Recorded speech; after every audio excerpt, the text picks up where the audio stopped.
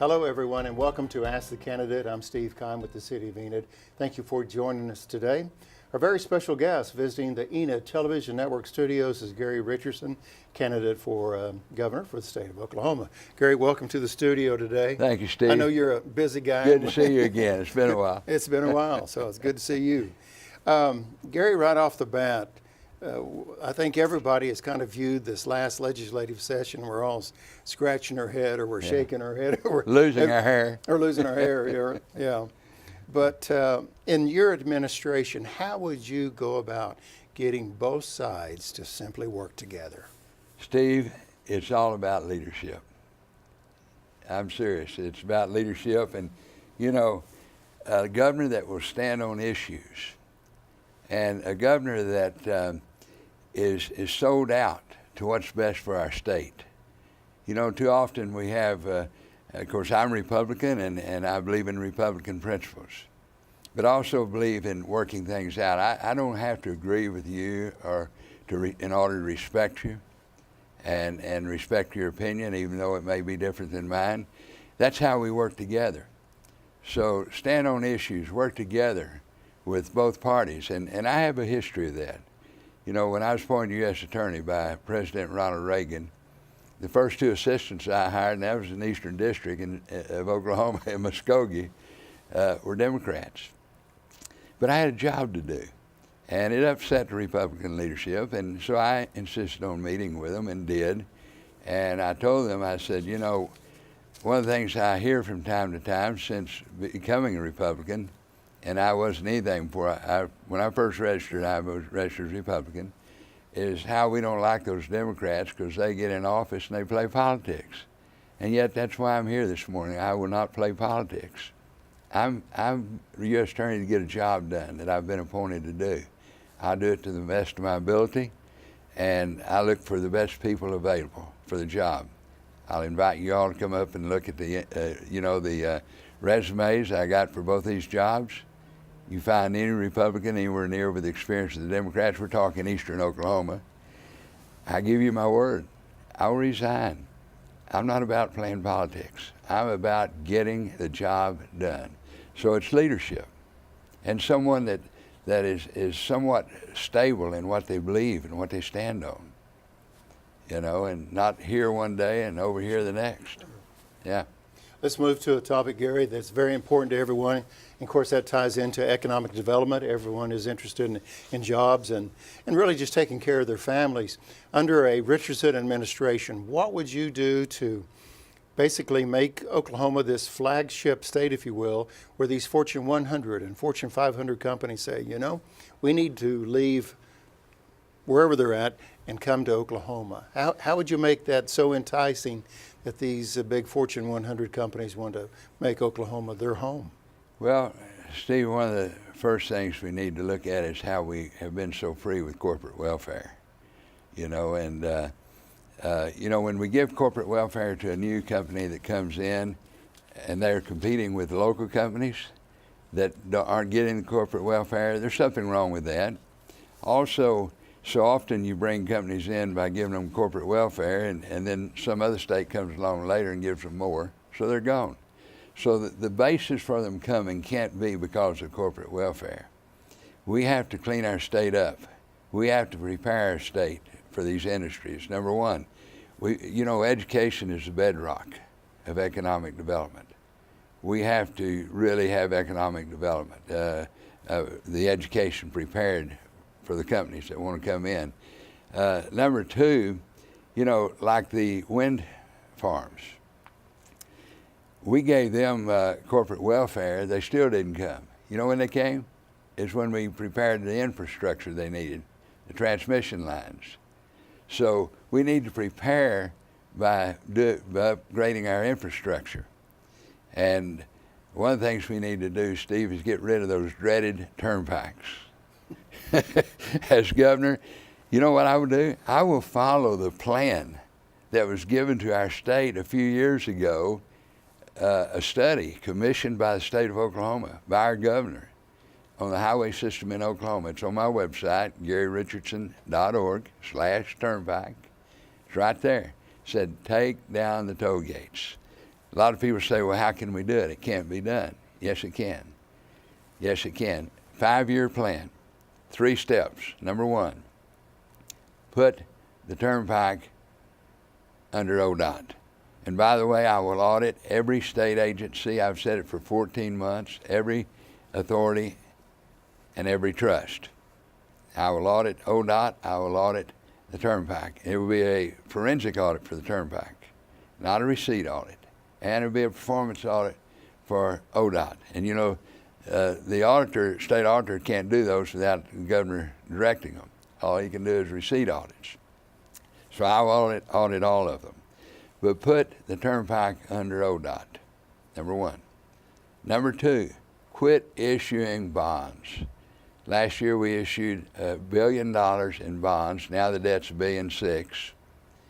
And you know how many more turnpikes? They already have approved for our state 25 more turnpikes.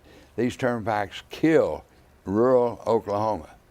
How do you bring companies into Oklahoma, Fortune 500 companies, 100 companies, when they have to deal with these turnpikes, and all our land where the turnpikes are is tied up, you know? So get rid of the turnpikes.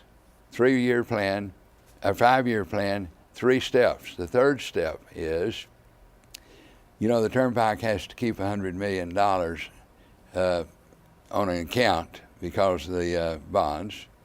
So take the $100 million, take the fees from the toll gates for 5 years and pay those suckers off and open up economic development like crazy. I can just see a beautiful international airport between Oklahoma City and Tulsa, you know, and you know, people say, well, how do we pay for the improvements, the bridges and the highways? Well, number 1, they'll go and study and look. It tells us how many millions of dollars we save every year by taking down the toll gates the way I was talking about. And number 2, I will audit. I will get rid of corruption. I will get rid of waste. I will get rid of foolish spending. This state will open up. It will blossom like a flower, no question. You've practically moved on to my next question, which is a great segue, because you're talking about wasteful spending and agencies. And so my next question, and it just allows you to elaborate a little bit further. We have noticed, I guess you would just call it wasteful spending in our state government. So under a Richardson, administration, and you touched on this a little bit about eliminating the waste, how would you go about doing this? You've already talked about auditing and so forth, but what would you do to just know that the taxpayers are getting their money's worth? Getting what they deserve and are entitled to. Well, as I said, when it comes to audits, there are different kinds of audits. And right now, for 13 years, we've done a receipt audit on the state health department. What a mess. I mean, what a mess. We have to do performance audits. Receipt audit, a lot of people ask, so I'd like to explain it, is I'm the auditor, you hand me a receipt, I look at it, $27,000 for equipment. I check to see if it's added correctly into the system, placed where it should be. I don't check to see if you really got the equipment. I don't check to see if you paid $27 million or $1,000 when you should have paid 10, which would indicate a kickback, and those things do happen. As U.S. Attorney appointed by President Ronald Reagan, I was appointed to handle the county commissioner scandal, the biggest scandal in the nation, county commissioner scandal, and we did handle it. So, kickbacks do go on, waste does go on, so we will eliminate unnecessary agencies. For example, I will work with both sides of the aisle in order to determine what we really need, what we don't need when it comes to agencies. And we will eliminate the ones we don't need. We will get rid of waste. And again, when we talk about like the agriculture department, misappropriations there. Tourism department, misappropriations there. I mean, we've got to clean things up. We've got to get on top of things. And also, we need to focus on our core services, what the government is really responsible for. Of course, I'm against private prisons, and most people don't know this. I didn't know it till I started running, started digging in. We have a contract with the private prisons, Steve, to give them, make sure they get so many prisoners per year.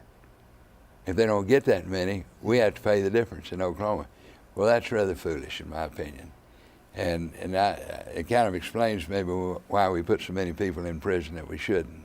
We need to quit putting people in prison we're mad at and put people in prison we're afraid of. But I'm telling you, we've got a job to do, and it will be a tough job, and I'm looking forward to it. Gary, as you know, Oklahoma is very diverse, from all the way from Hugo to Guymon and Miami down to Altus and everybody in between. But one thing about the fabric of Oklahomans is the strong work ethic and values that they have incorporated in their personal and professional lives. The question is, what values and what work ethic will you bring to the governor's office? I will bring integrity. I'll bring transparency. I'll bring truth. I think my history shows that I operate with those elements: integrity, truth, and you know, I will do what's best for the state of Oklahoma. Not a party or not special interest. And Steve, I look into the TV when I'm saying it, and you know, I am not compromised. I will not be compromised. I will do what's best for this state. That's a promise. And we will do it with integrity. I have the experience. You know, it's going to be a tough job. You know, they say when you are in a hole, quit digging. We're in a hole. It's time we quit digging. It's time we come out of it, and it's going to be a tough job. But I'm very challenge driven. I love tough jobs. The tougher the job, the more driven I am. I want to go back to a statement that you touched on just a moment ago about your proposal to remove the turnpikes, and then you brought it up yourself. The question is, well, how do we pay for the maintenance and the upgrades to our roads and highways and infrastructure across our state? Can you elaborate a little bit more on where those funds would come from? What is the Richardson plan, I guess I should say, to keep our roads and highways updated? Well, number one, as I said, and if folks will go to my website and look at the study that was done by Pete Morwick, we paid tons of money to get the study done, and then it's actually been hidden in the state library for several years. I knew about it because when I ran before, a fellow contacted me that liked my idea of getting rid of the toll gates.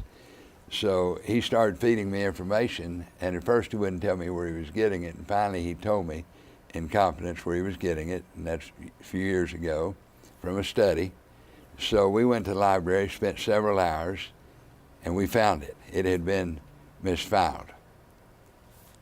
But it tells us it will save our state millions of dollars a year due to duplicity of equipment, duplicity of facilities, et cetera, et cetera, et cetera.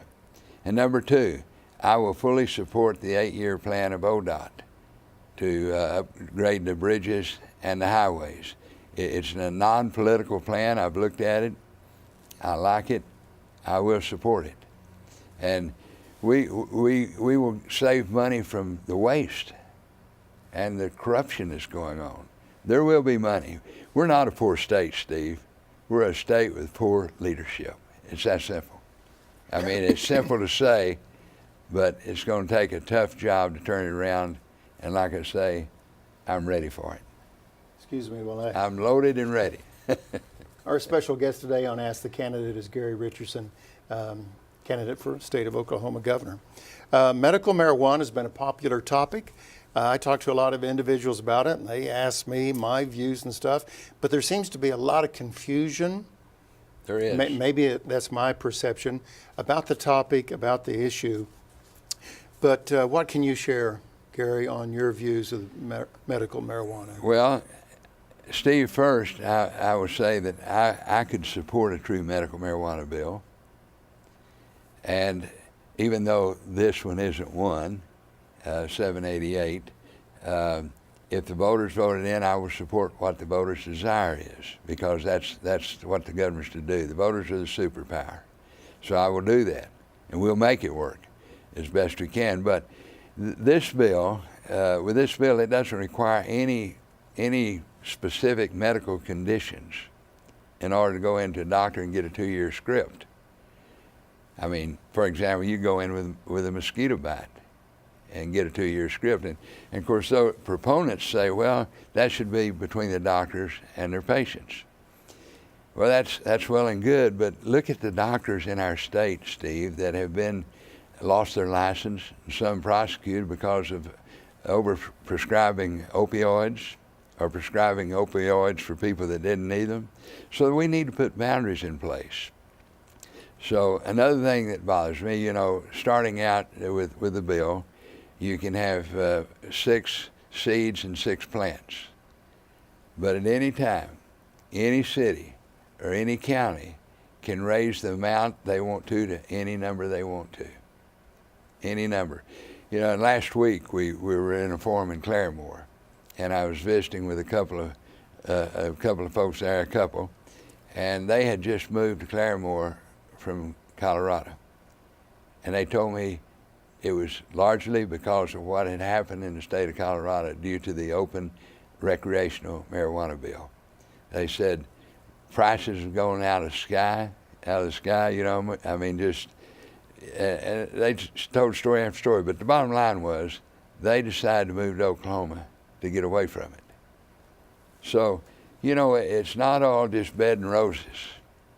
But if we had more control on it, and it was truly a medical marijuana bill, like, for example, Arkansas has, they have 9 specific medical conditions under which you can get a prescription. Because I do believe it has, I believe it can help medical conditions. I saw a TV show on 2020, just Sunday night, that talked about the people that got help from the marijuana, from the medical help they needed.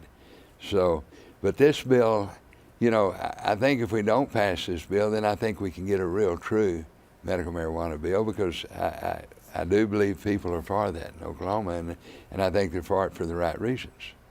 Well, thank you for sharing your views, because again, I believe a lot of folks are confused on what the bill really is all about, and this platform today gives us an opportunity to understand it a little bit better. Gary, earlier in our conversation, you touched on wind farms a little bit, and here in northwestern Oklahoma, especially in Enid, we have Vance Air Force Base. Yes, we're an energy state, but we're also a military state, with bases at Tinker and Altus and Enid. One of the challenges here in northwest Oklahoma, as soon as you look up, there's another wind farm, and we see that as progress. We see that as economic development. So under a Richardson administration, if you don't mind, I frame it that way, how would you get... I like to hear that. You like to hear that. How would you get the 2 entities, the state and military, or 3 entities, and the wind farm industry to working together? And I ask that because even recently at an Air Force base in Texas, there were some challenges with wind farms coming up impacting the Air Force base in Texas. Right. And how can we work together? Well, I say the first thing, Steve, that we have to do is reach a common understanding of a common goal. That we're all for what's best for the community, for what's best for the state, what's best for the people of Oklahoma. So first we decide on something we can agree on that works for both entities, or 3 entities, whatever the case may be. And then we work together to arrive at that. And, you know, it just depends on the issue, but I'm for all the energies. And of course, as I said earlier, we didn't get the wind industry till we first built transmission lines. So I think we do have to protect, no question. I don't just think, I know we have to protect our bases, and I think we can accomplish both. With reasonable people sitting down and reaching reasonable conclusions. You know, it's not a, hey, I'm always right and you're always wrong. Because you're a Democrat, you're always wrong. That, you know, that doesn't get much accomplished. Right. I'm not sure, Gary, how informed are you on this particular question, but it deals that water's the new gold. It seems like it's very challenging for it to rain west of I-35. Eastern Oklahoma gets a lot of lakes, a lot of rains, and it seems like western Oklahoma, not so much. Well, the city of Enid has embarked on an endeavor, and it's probably going to cost $300-some million to build a pipeline to pull water from Call Lake by Ponca City all the way over here to northwest Oklahoma for Enid, and then other communities in the area we're confident will benefit from that. That's a big price tag for communities to take on. What would be your views on the state's role, if any, in helping communities get water especially here in western Oklahoma? Well, I think to begin with, much like we want the federal government to stay out of our business as much as possible, I think the state should stay out of the business of what's going on between communities as much as possible. Okay. But I think where you have multiple communities, then of course, I don't think it hurts for the state to come in and kind of moderate the conversation or assist in the conversation and again help focus on the need for the community that needs the water. And also, we don't want another Canton Lake problem like we have with Oklahoma City, taking all the water out of Canton Lake and pretty much greatly impacting the summer business there for the area. But I think, again, it's something you sit down and say, hey, here's a brother that's got a need. Here's a brother that's got ability to answer that need. Let's sit down as friends and talk about how to accomplish this need and yet not destroy this brother here that's providing the need. To some extent, I do believe in the concept, the more you give, the more you get. So I believe in a giving attitude, when it's something that you can provide.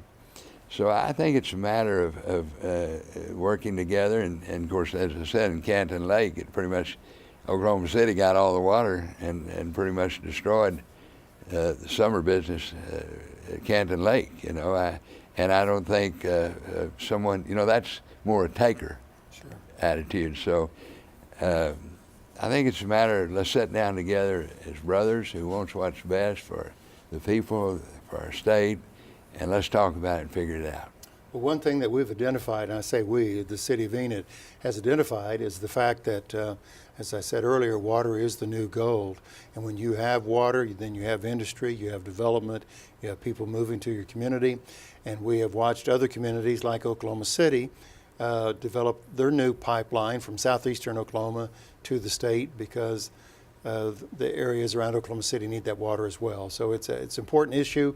And even in this race or future issues down the road, water is going to be important to our state of Oklahoma. Very important. Well, Gary, I've certainly enjoyed our brief conversation today, and I appreciate you being here at ETN Studios to talk with me on these designated questions for all the candidates. But this is an opportunity right now as we conclude our visit for you to speak to the camera, speak to the viewers and the voters, and this is your opportunity to speak, whatever you want to talk about. Well, the first thing I'd like to say is thank you very much. You're welcome. For the invite. It's been a real privilege to be here. And I'd like to look into the camera and say that, my friends, I don't need this job, but our state's in trouble. And we need a governor, and we did a polling some time back that said 64% of the primary voters said we need an outside person leading our state. And that's one of the things that impressed me about Donald Trump. I told my wife, I said, this man will not be compromised with the people and to the people that has gotten our country where we are. And I believe he's proving that. I will be a governor that will do what's best for the state and the people of Oklahoma.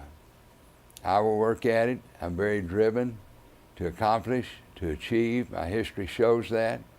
I will give it everything I have to do what's best for our state. I'm not looking for a career in politics. So my endeavors will not be to pad my own future to make sure my own future's it's safe. You know, a leader at times has to be willing to go out on the front line. I will be willing to do that, Steve, and do what's best for the state. And I want to finish with this.